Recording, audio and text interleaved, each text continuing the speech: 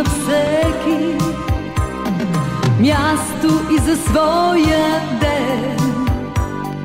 Знае си от край човекът, че тогава е роден.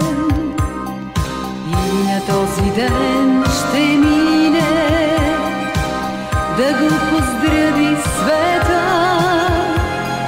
После в часовете сините близки ще се съберат.